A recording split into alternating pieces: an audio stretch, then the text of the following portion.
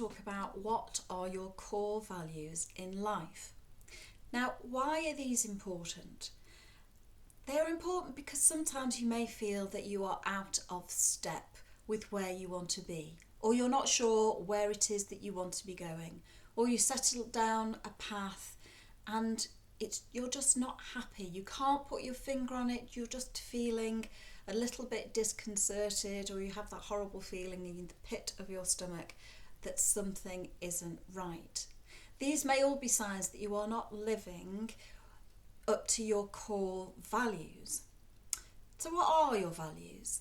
These are the things that guide us as human beings, our behaviours, our actions. They embody who it is we are and how we treat other people and how we want to be treated by those other people.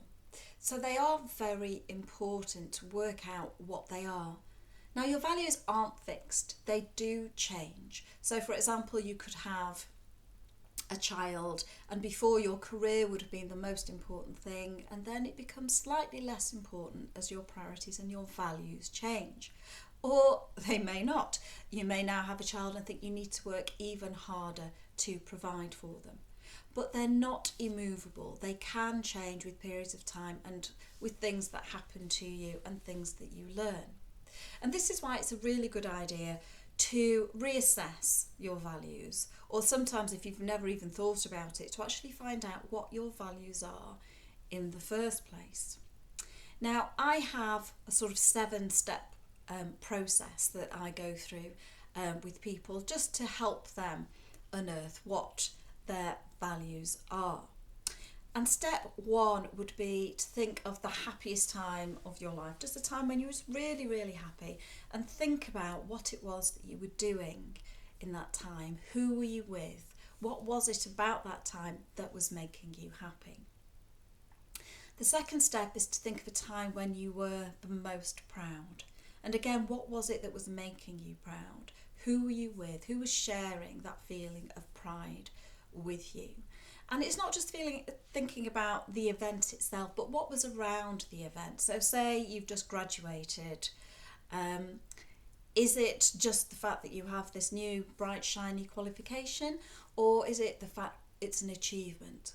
Or all the hard work that you put into it? Or the challenge? Or keeping going when you were faced with adversity and self-doubt? So it's those things. You need to dig a little bit deeper. Step 3 is thinking about the time when you were the most fulfilled, the most satisfied. And again, in the same way, what were you doing? Who was there? What was happening? But more importantly, what was it about that time? What meaning did it have for you? Now, these 3 exercises are to unearth the things that were important to you just by having a think about all those things that made you happy, that made you feel good about yourself, that made you feel strong. Then the step 4 is to actually then identify what these values were. And we kind of go, I always say, think of all the values that you think are important to you and then try and limit them down to 10. Now, it's quite hard to pull values out of the air because sometimes we know what's important, but we haven't put words to it. So you may be thinking along the lines of honesty, integrity, justice, fairness, fidelity, strength, leadership, all of these things. But I do actually have a list that I'll leave a link to down below. It's a list of lots and lots of different values because sometimes it's hard just to think like that, but you have a list, you can go, oh yes, that's important to me, that's important to me. So if you want that, then there'll be a link below this video. Then after that, I think we're up to step 5, are we? We have to prioritise these values. So generally we compare them against each other. You know, is this one more important than that one? Is this one more important than the next one up? Until you have a list that you are happy with. Then after that, we reaffirm those values. That's again looking at them and saying, are these the things that are important to me? Are these values that I would be happy to share with other people? Are these values that I would be happy to defend?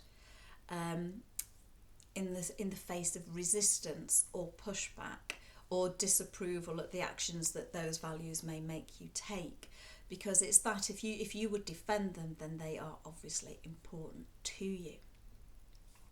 Step 7 is most important when there's a real conflict between these two values. And this exercise I find is slightly more tricky, and you probably need somebody to help guide you through it. But at the core, it's looking at the two things that you are holding dear to yourself, and then drilling down into those things, what it is that's important about each of those things. And quite often you will find there isn't a conflict, you're actually aiming for the same thing, but coming at it from a different angle. So if you'd like to know any more about that, then please do let me know. If you want to know any more tips about how to get the most out of your life, then please do join my Facebook group, which is Midlife Movers and Shakers, or look for my Facebook page and there'll be a link to both of those below. Thanks for watching. I'm Audra Marie, life coach and counsellor.